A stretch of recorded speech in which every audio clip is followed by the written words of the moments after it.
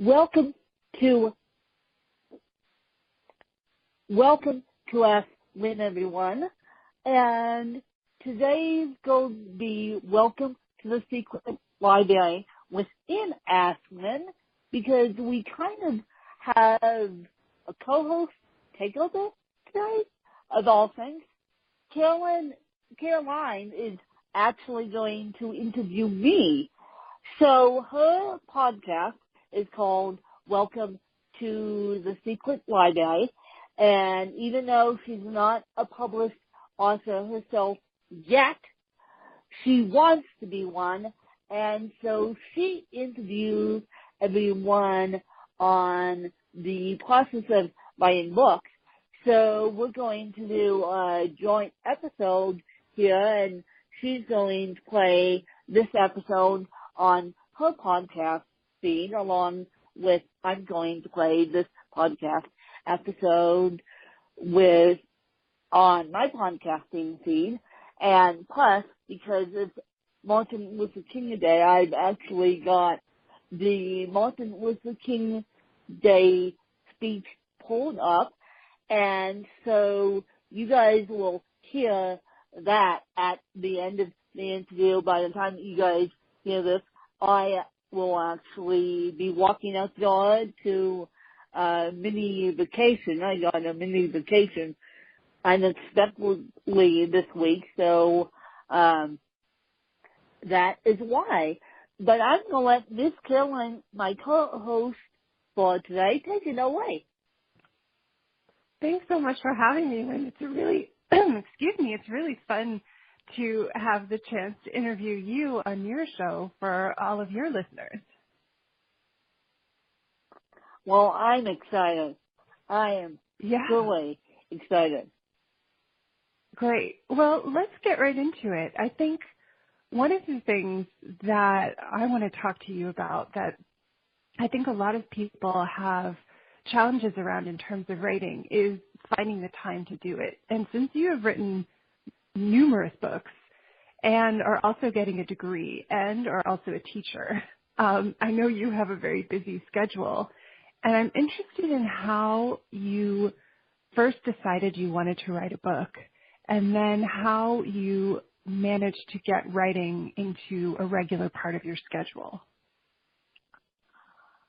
Well, I first decided that I wanted to write a book after I lost my biological mom to a brain aneurysm / meningitis. The brain aneurysm did not kill her. The meningitis killed her, unfortunately. She went into the hospital for the brain aneurysm, which was not diagnosed at the time it should have been. Brain aneurysms manifest themselves in weird ways, and we thought she had a really bad case of the flu, and it was like, okay, this is not the flu, we need to medevac this woman out. And then a bunch of hockey players came in to the hospital with meningitis.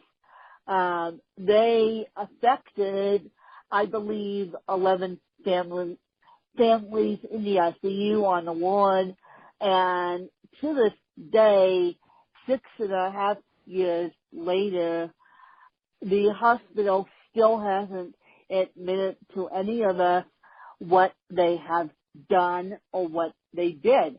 And this was in 2010. So without the meningitis factor, and I'm actually writing a book on meningitis, I think in the next couple of weeks I have meningitis experts coming on my podcast from the UK to talk about meningitis and just to do research for my book, because I want to now do a book about meningitis, and so that other families don't have to go through what I essentially went through with my family in tow. Absolutely. So after this experience, So, you decided you wanted to write a memoir because that was your first book, right? yes, yes, that was my first book that's still doing well to this day.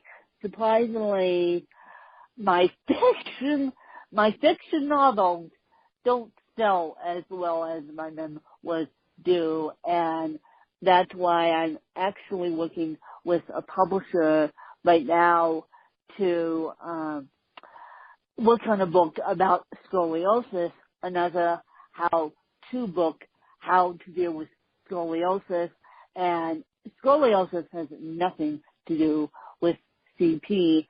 And the reason why I wrote I Come a Win is to, which can be found on Amazon, by the way, you guys, is to give people a perspective on how to live with cerebral palsy and basically thank my parents for raising me the way they did.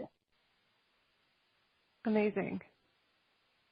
So let's talk a little bit about how you actually wrote the book. So you had the idea after having this traumatic experience, Yeah. losing your biological mom, and you had the idea, I'm going to write a book. Yeah.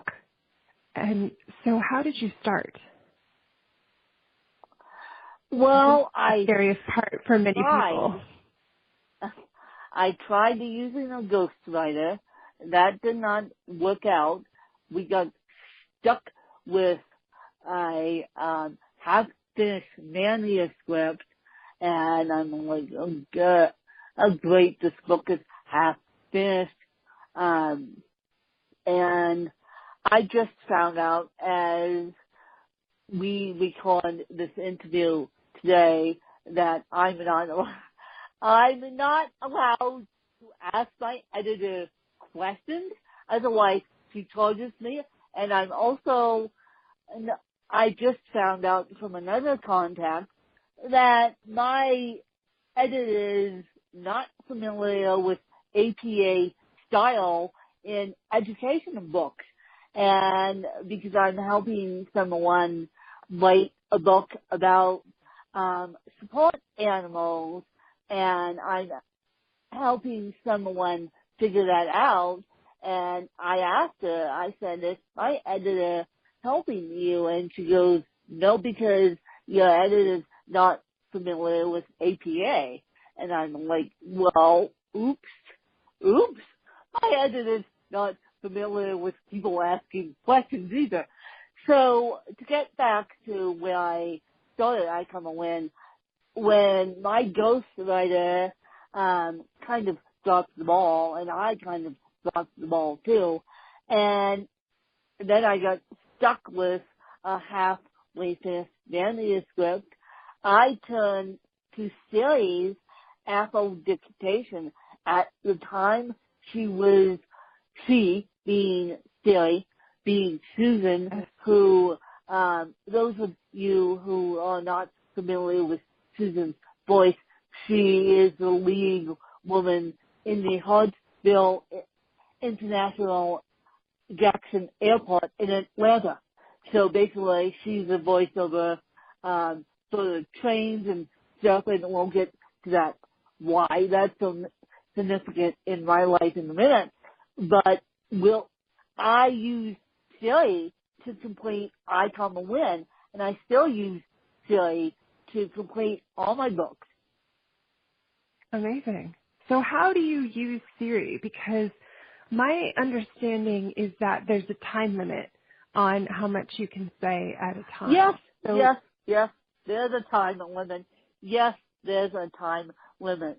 And so basically, there's a time limit I use once I get my computer back up and running. My computer's a little bit broken right now. I will be using Dragon Naturally Speaking, which there's not a time limit on Dragon Naturally Speaking. And no, I don't have a PC. I finally got it for a Mac, and it took them long enough. Took them about 10 years to, took Nubians 10 years to build Dragon Naturally Speaking for Mac, but I'm so used to Siri that I know her tricks.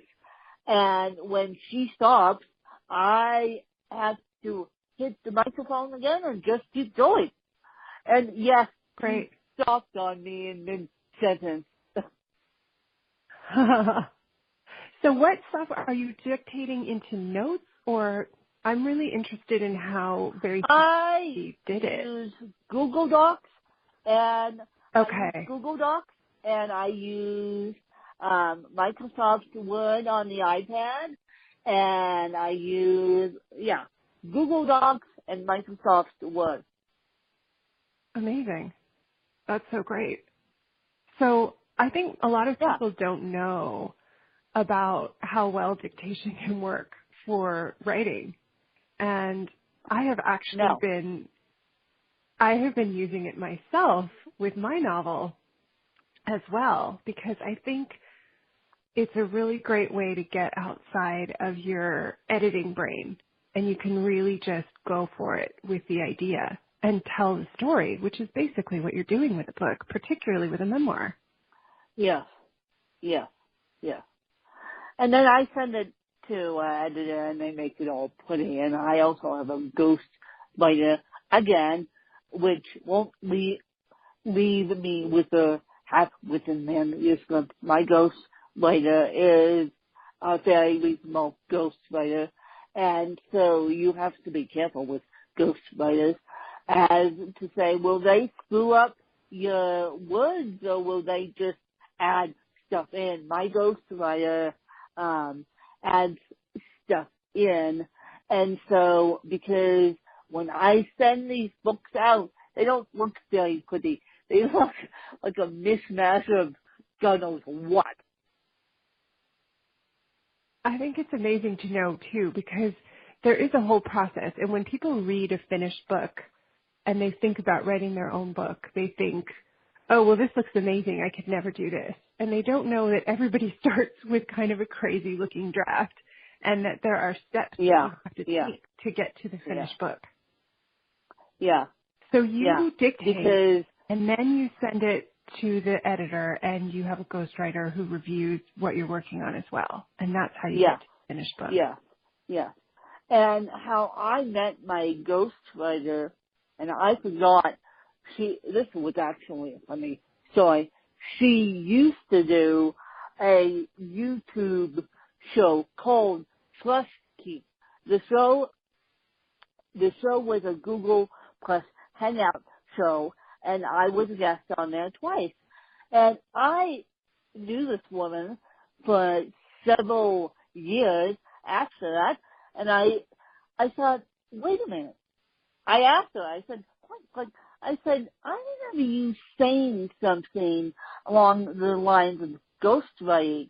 And she goes, when I still do that. And I'm like, ding dong, there's my help for my writing. And she does my homework help too, which by the way, you guys are getting a degree in fashion journalism, so that's why I say homework help. And because without my ghostwriting angel, and her name is Dulcie, I call her Dulcie D, but it's Dulcie Duchesne, and she's fabulous. I'll actually put her email address in the show notes, you guys, on my podcast, and I'll send Carolyn her email address as well. And so she's fabulous. Without her, I wouldn't be producing half the work. Although she just told me the other day, quit thinking you're going to produce 13 books. Produce 6. And let's work on those 6. And so she kind of burst my bubble the other day, which was perfectly fine. Here I am thinking, I'll get a degree and produce 13 books. Well, that isn't going to happen. I'll produce 6 high-quality books.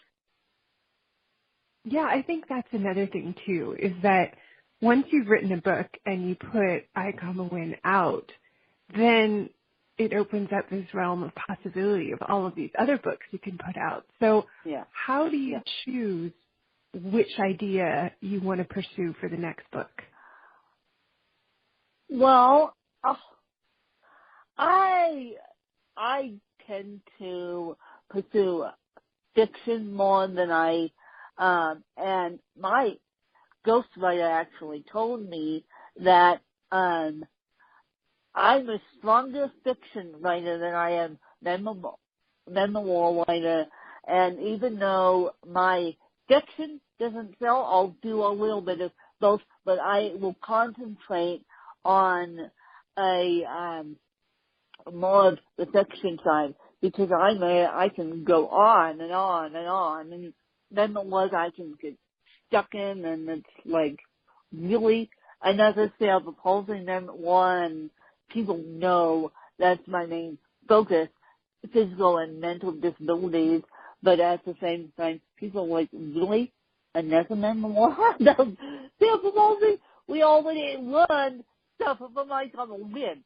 So I try, even though I have cerebral palsy, I try and stay away from cerebral palsy to the best of my ability. I do not say it I'm perfect, but I try and stay away from cerebral palsy and make it interesting to my readers and make it interesting to the people working on it, because they will work on it and then say I'm bored working on it, although my ghostwriter hasn't told me that yet. Hopefully she doesn't say that, but I want to make it interesting to the people editing it too, and yeah, because it's, I can never edit my own work. I can never self-edit my own work.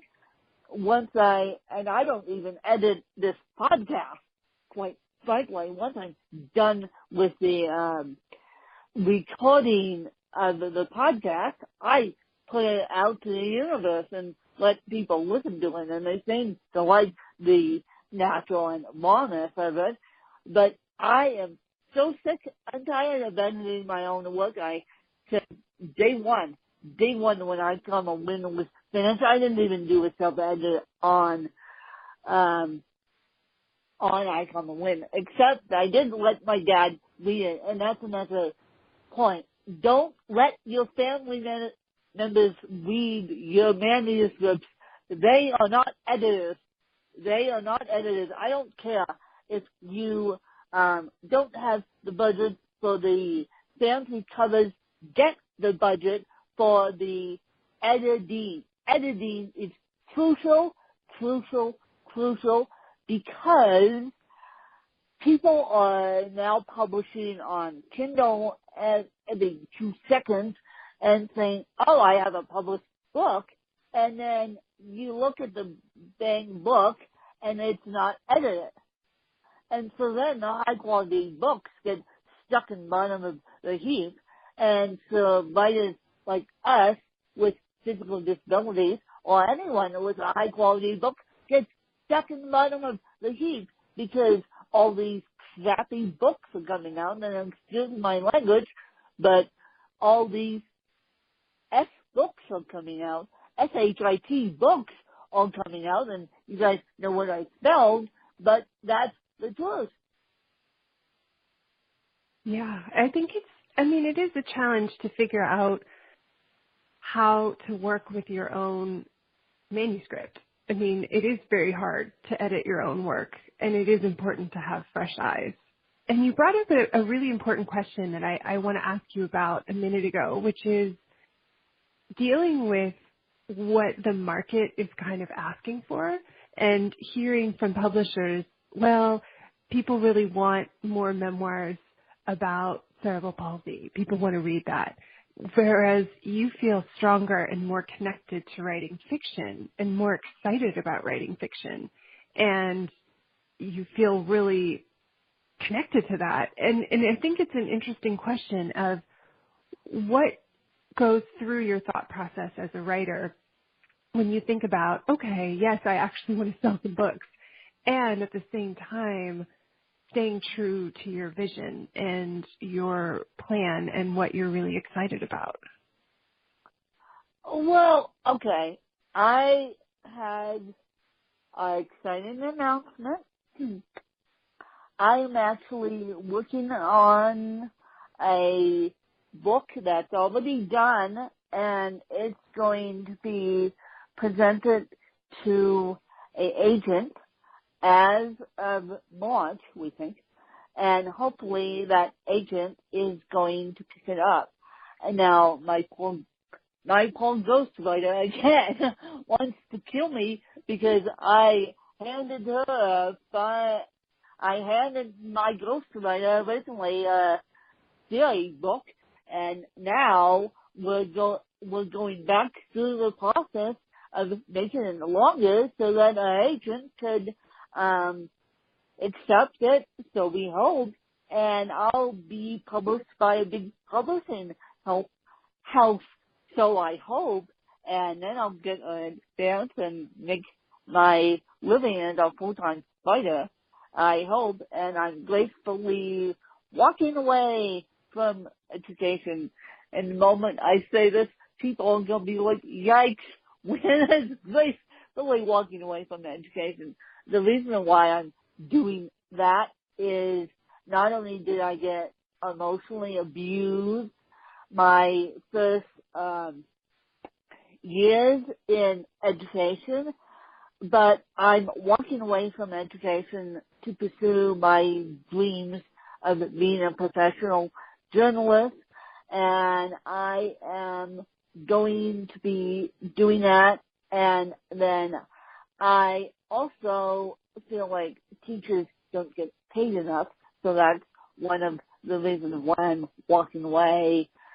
And so hopefully my book will be picked up by an agent, and then we're off to the races on that. And as I said, I'm working with a small independent publisher who already has my book on scoliosis, and we're going to be working on that as well. And yeah. That's amazing. So it sounds like there may end up being more than 6 books, despite what your ghostwriter said earlier. Well, I'm going to try and keep it to 6 books because 6 books is all I can do right now with my degree program. 6 books is all I can do right now. So let's talk about your schedule a little bit. So you're in school and you are still teaching. You haven't walked away yet, and you're working on books. So what does your day look like in terms of your writing schedule? Well, in terms of my writing schedule, I put all the stuff I need to do on a physical schedule and email it to someone. So that person knows not to bother me. Otherwise, I would have people walking in. I would literally, because my office is at a basement hallway. My bedroom door is open 24/7. I would literally have people walking in on me 24/7 if I allowed it. Yeah. So close the doors, step so 1. I close the doors, step 1, and just tell people what's going on. See, with doing a podcast or writing books, you need the support from your family. Absolutely. Yeah. So now that you have that support, how much time do you spend writing every day? How much time are you able to spend? Well, right now, as we do this interview, I'm sitting in front of my iPad, so I typically do it on Tuesdays and Thursdays, except for this week. Although I do have Google Docs on my phone, so if I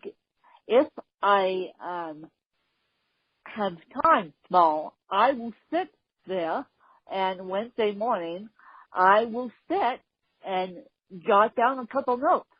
So that's the cool thing about Google Docs is if I jot down notes on my iPhone, I can transfer them over to my iPad. Seamlessly, it talks to the iPad, and so does Microsoft Word. Great. Yeah, so you can make notes anywhere and then come back to them later so that you don't lose any ideas you have. No. That's really important. And so you're writing Tuesdays and Thursdays. You're making notes on Wednesdays. That's my plan.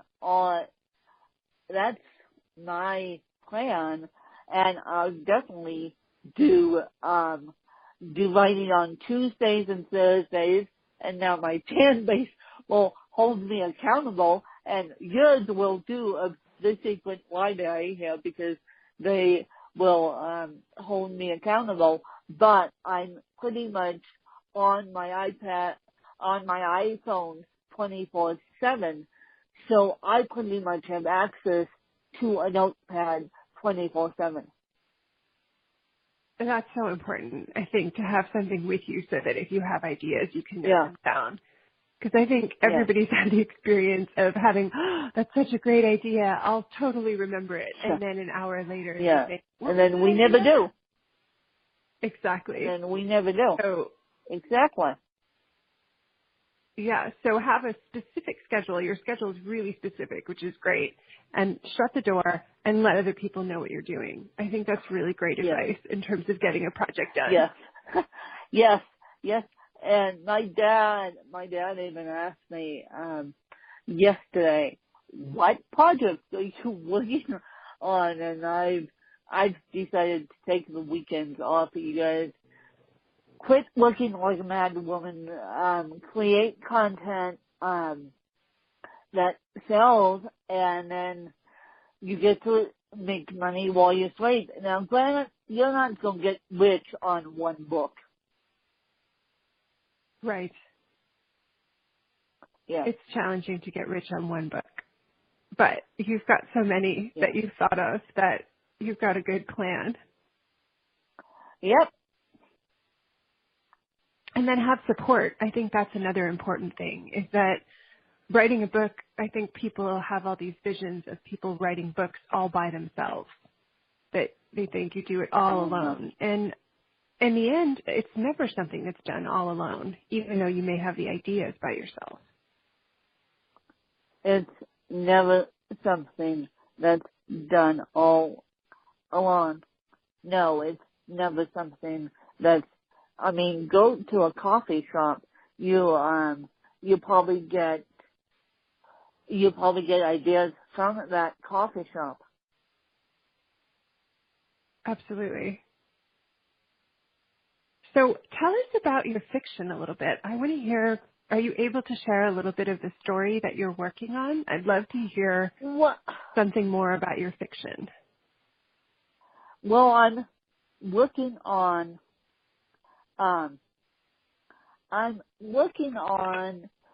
a fictional novel that's going to be presented to agents in March, and then I'm going to hopefully get picked up.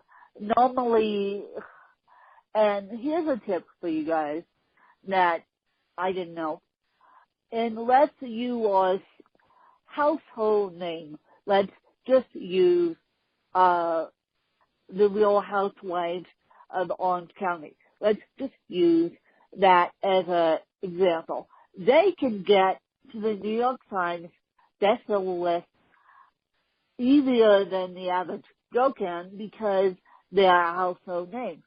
Teresa Giudice of the Real Housewives of New Jersey got, and she admitted this on the show, she got to the New York Times bestseller list, and she said, oh yay, I'm on the New York Times bestseller list. Well, unbeknownst to me, I knew you needed an agent. Unbeknownst to me until the other day, when I called a person, I said, look, I'm presenting my book to agents, and they're sending me, nice to meet you, but we don't want to work with your manuscript. two, and I'm like, well, why are they not presenting themselves in the way that I should think they should present themselves? He goes, one, your manuscript is too short. And I'm like, oops on that one. And then they want 60 to 90,000 words. And then he goes to the more important fact is you're not a household name. They go through thousands and thousands of manuscripts. If you're not a household name, you're not going to, be on the New York Times bestseller list. I'm sorry to burst your bubble, but that's the fact.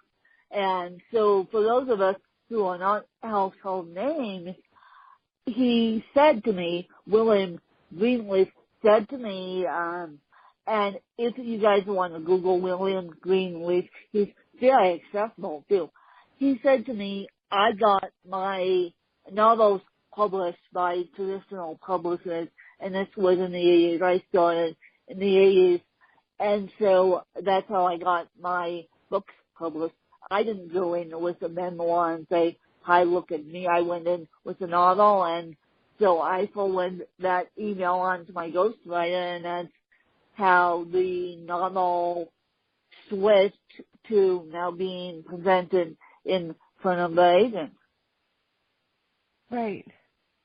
So I think that's important to know that there are different expectations in terms of traditional publishing and other outlets in terms of what they want in terms of length and requirements to get your book published. Yes, exactly. Because most of the agents said to me, I'm not looking for memoirs. I mean, people are, and there's websites, Agent Query is one of them, that specifically tells you, okay, these agents are expecting queries. These agents are not accepting queries. Agent Query is one of them. And then you have to look what they're specifically seeking. And my supposed agent is seeking urban fiction, so that's why I'm switching my novel. Got it. That's important advice, I think, is to look at what someone is really looking for, because there are so many different genres and subgenres now. Anyone who's searched on Amazon knows there are so many little specific genres, and that agents and publishers are really targeting specific things that they're looking for. So if you know what your book is, then it's easier to find the right place for it. Yeah, it is. And so I'll keep you guys updated on the agent and the query, and then we're going to be working with the big boys. Now, as I said, I'm working with a smaller independent publisher to publish my scoliosis book, and that's going to be a little bit easier process, but I want to be on the New York Times bestseller list, as we all do, and I'm going to be really transparent with you guys. I got rejection letters, and so I'm not giving up, but you guys shouldn't either. I mean, someone said to me this morning, I appreciate you not kicking the can, and fighting your challenges, and this one came off of Twitter, and I'm not giving up on getting on the New York Times bestseller list. You just have to do your research like anyone else. Yeah, absolutely. And I think that's an amazing goal. I think it's great to not give up and to know that, yeah, that's a big goal. And I think every writer dreams of being on that list. And so learning about the process and getting a novel on there is amazing. Yeah. And I'm going to be the one to teach you, because I know New York Times bestselling authors, and I can call them, but they're not giving me their secrets.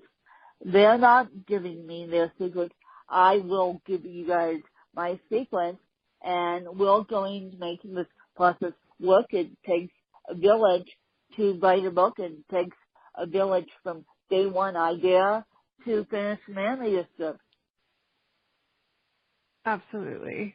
And I think it's great to talk about the process of making change and achieving a goal as part of a village on Martin Luther King Day when we're recording this episode. Yes, we are recording this episode on Martin Luther King Day, and you guys, I'm going to try on my end to get Siri to read at least part of Martin Luther King's speech. I will also put a YouTube version in my show notes. And so, speaking of, it takes a village. So I'm going to try and get Siri. Here we go. To see if Siri would read it. Otherwise, okay, Siri's not working. So forget that. I'll just read what I have. Right. I will have the speech in front of me, so I will just read that the speech. Well, at least part of the speech, so you guys can hear it.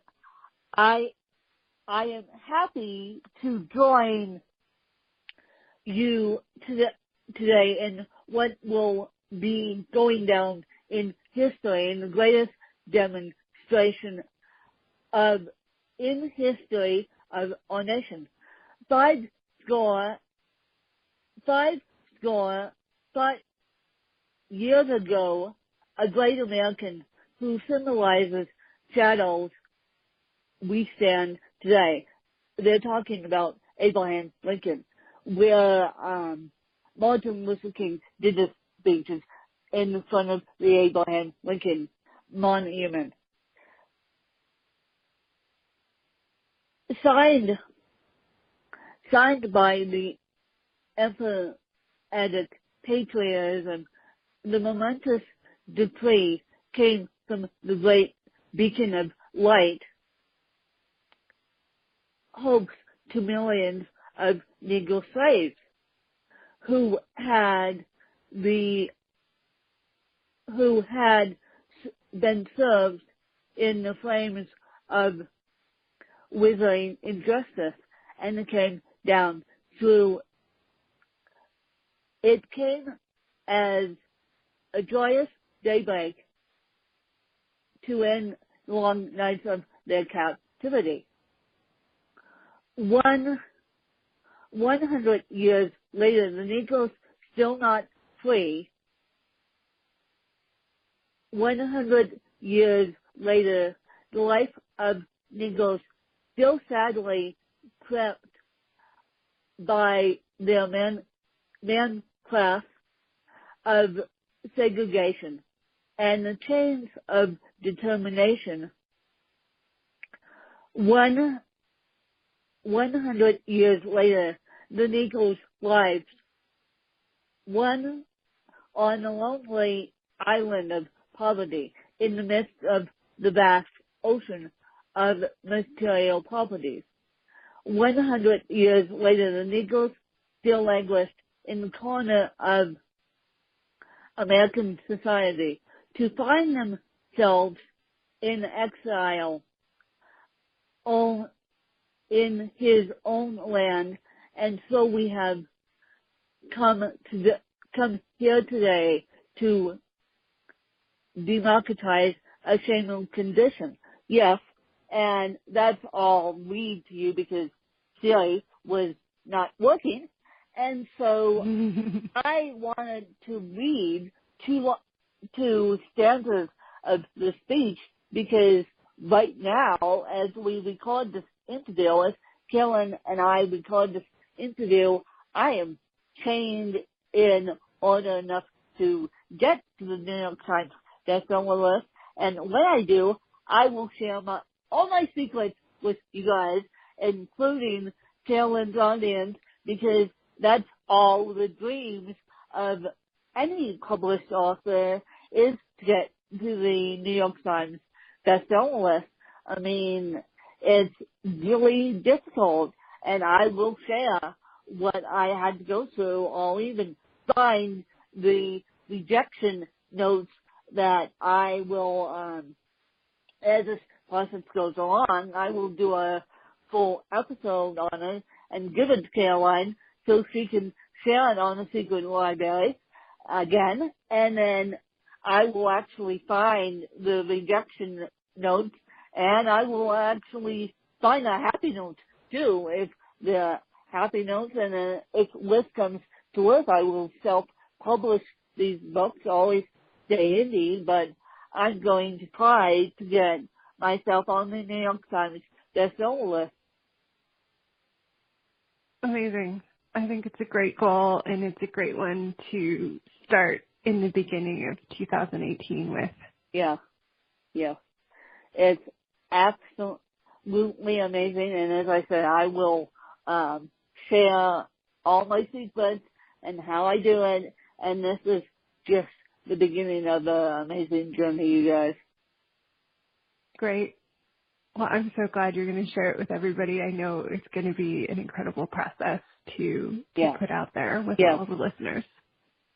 Because, as I said, the New York Times bestselling authors that I know, and if I can plug a episode here on the Secret Library that you guys should go back and listen to, is Joanna Penn's episode. She came out of IT and now is a full-time author making a six-figure income, and she hit the New York Times bestseller list and the USA Today bestseller list, and she has never told any of the listeners how she did that. She did it without an agent, I know that, but she didn't say the number of books. She didn't say the process of querying an agent, and then she didn't say anything. So my story of getting to the New York Times bestseller list is going to be a little bit different, because I will share with you guys, and including Caroline's podcast, what is actually going on step by step. I will read the query letter of exciting news. I will actually read the query letter that I send to my agents, who I've already looked up, thank you very much, and bookmarked it on my phone.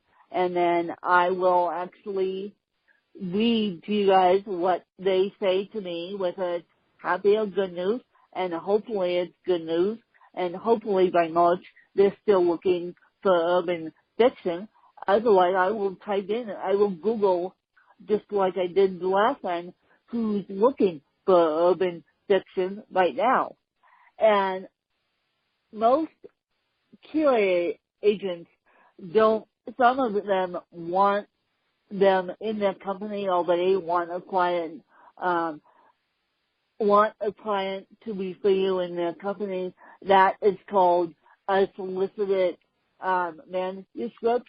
So most QA letters will, some agents will say we don't take unsolicited QAs. They're very specific, and they will tell you what they're looking for, who they're representing, and you just have to do the legwork, you guys. This is not going to come to be easy. This is going to be tough as nails, but I'm ready to find gold at the end of the tunnel. Awesome. Yeah. Well, it's been amazing talking with you, Wynn, and I'm excited to hear what happens next. Well, I'm excited to tell you guys what happens next, and I may have a huge update for you guys in the next couple of weeks. That update is starting tomorrow. Funny enough, it's starting the day after Martin Luther King Day. And so I may have a huge update, and so I may be working on my lighting clear quicker than we think here. And so I may have a huge update. If I don't, I don't, but we'll see what happens, and I'll definitely keep you guys abreast of what happens with the New York Times bestselling list and the process to see that come through. Great. Well, you guys, I hope you enjoyed the host takeover today on Martin Luther King Day, and I will put the YouTube video of Martin Luther King doing his speech so you guys can watch that. But I sat there this morning and listened to the speech, which I think you guys should do at any point this week, because what he did was something incredible, and we need to honor him, and we need to honor the diversity factor. Absolutely. I'm so glad that you had me on as a host. Thanks so much, Lynn. Absolutely, and thank you. And you guys, I will be sending this out to Carolyn and Caroline. I keep calling Carolyn for some weird reason. She's C's. And I will be sending this out to Caroline, and she will post it as a bonus episode on the Secret Library. So those of you on the Secret Library side can get a hold of me too. And she has my biography. All my books could be found on Amazon. If you guys type in Icon of Win, which we talked about probably pretty much until I made you guys sick of hearing about it, Icon, the W-I-N, that's my original biography. And if you just type in my name on Amazon, Win, W-I-N, Charles, C-H-A-R-L-E-S, you will find all my books, and we'll just have a wonderful time. And I thank Caroline for being my co-host today and doing a podcast takeover. Bye, you guys. Thank you.